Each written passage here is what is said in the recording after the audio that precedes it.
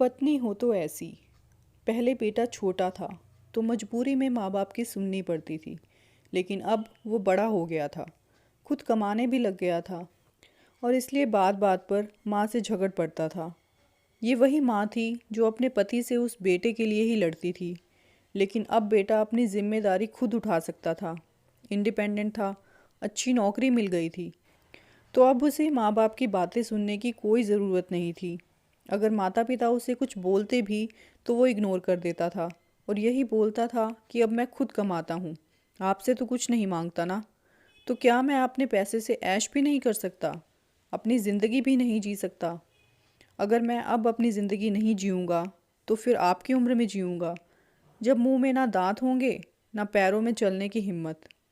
Please आप लोग मेरे मामले में मत बोला कीजिए, मुझे जो करना है मैं खुद देख लूँगा। बहू अमृता भरे पूरे परिवार से थी। उसने आते ही गृहस्थी बहुत अच्छे से संभाल ली थी।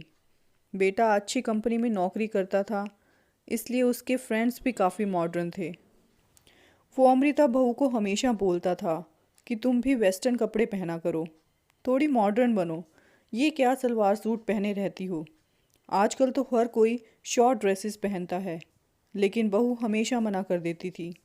वो कहता था कि कमाल करती हो तुम भी, कितनी अजीब हो, आजकल हर कोई ऐसा ही करता है, मैं कुछ अलग तो नहीं कर रहा, तुम भी कितने पुराने विचारों की हो, तुम भी अपनी लाइफ थोड़ा इन्जॉय कर लो, तुम्हें तो पता ही नहीं कि लाइफ इन्जॉय करना क्या होता है।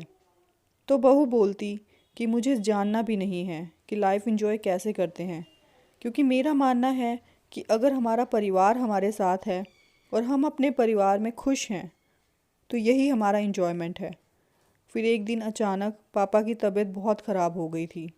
वो आईसीयू में एडमिट थे, उन्हें हार्ट अटैक आया था। डॉक्टर ने तो बिल का पर्चा पकड़ा दिया, 2 लाख का बिल पहले ही भर चुके थे और अब 4 लाख रुपए भरना भारी पड़ रहा था। बेटा बाहर बैठकर सोच रहा था कि पैसों का इंतज़ाम कैसे करूं। उसने अपने हर दोस्त को फ़ोन लगाया, लेकिन सबने कुछ ना कुछ बहाना बनाकर मदद करने से मना कर दिया। उसे समझ ही नहीं आ रहा था कि सिचुएशन को कैसे हैंडल करे। आंखों में आंसू थे और मन में उदासी।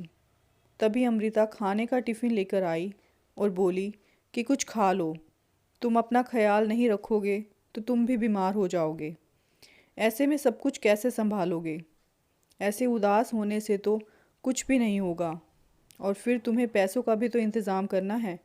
ऐसे करो, अब खाना खाकर पैसों का इंतज़ाम करने के लिए चले जाओ, मैं यहाँ रुकती हूँ पापा के पास। पति के पास कोई जवाब नहीं था, बस आंखों से आंसू रुक ही नहीं रहे थे। आप इतनी चिंता क्यों कर रहे हैं? आप ऐसा कीजिए, अपने दोस्तों को फ़ोन लगाइए जिनके साथ आप पार्टी करते हैं, देखिए तो सही कि कौन कितनी मदद करता है। पति के पास इसका कोई जवाब नहीं था, वो सिर्फ अपनी नज़रें झुकाए बैठा था। इतने में ही अमृता बोली कि सबने मना कर दिया ना मदद करने से, ज़रूर कोई ना कोई बहाना बना दिया होगा। पति बोला, हाँ अमृता, आज मैं एक बात समझ चुका हूँ कि इस तरह की दोस्ती तब तक ही है जब तक जेब में पैसे हैं। मैं इन लोगों के साथ पार्टी करने में लाखों खर्च कर देता था, लेकिन आज जब मुझे ज़रूरत पड़ी है तो कोई भी मेरी मदद करने को तैयार नहीं है। माँ पापा ठीक ही कहते थे, लेकिन मैंने उनकी बात कभी नहीं सुनी। अमृता बोली, कोई बात नहीं, आप चिंता मत कीजिए, सब ठीक हो जाएगा।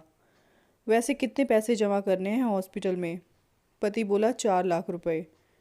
मुझे कुछ नहीं समझ में आ रहा, क्योंकि अभी तो सैलरी मिलने में भी बहुत टाइम है, तो मैं पैसों का इंतज़ाम कैसे करूँगा? अमृता बोली, आप चिंता मत कीजिए, पैसों का इंतज़ाम हो जाएगा। क्या मतलब? मतलब ये कि आप जो पैसे मुझे देते थे नई नई ड्रेसेस खरीदने के लिए, पार्टीज़ करने के लिए, वो सारे पैसे मैंने संभाल कर रखे हैं। मेरे पास 3 लाख हैं और 1 लाख मैंने अपने भाई से मंगवाए हैं। माँ ने मुझे फ़ोन पर बता दिया था कि 4 लाख हॉस्पिटल में जमा करने हैं। अमृता ने खाने वाला टिफ़िन पति के हाथ में पकड़ाया और बोला कि इस टिफ़िन के एक डब्बे में ही खाना है, बाकी के डिब्बों में पैसे हैं। ये सुनते ही पति को समझ नहीं आ रहा था कि वो अमृता का शुक्रिया अदा कैसे करे, क्योंकि उसने तो हमेशा पैसे उजाड़े ही थे।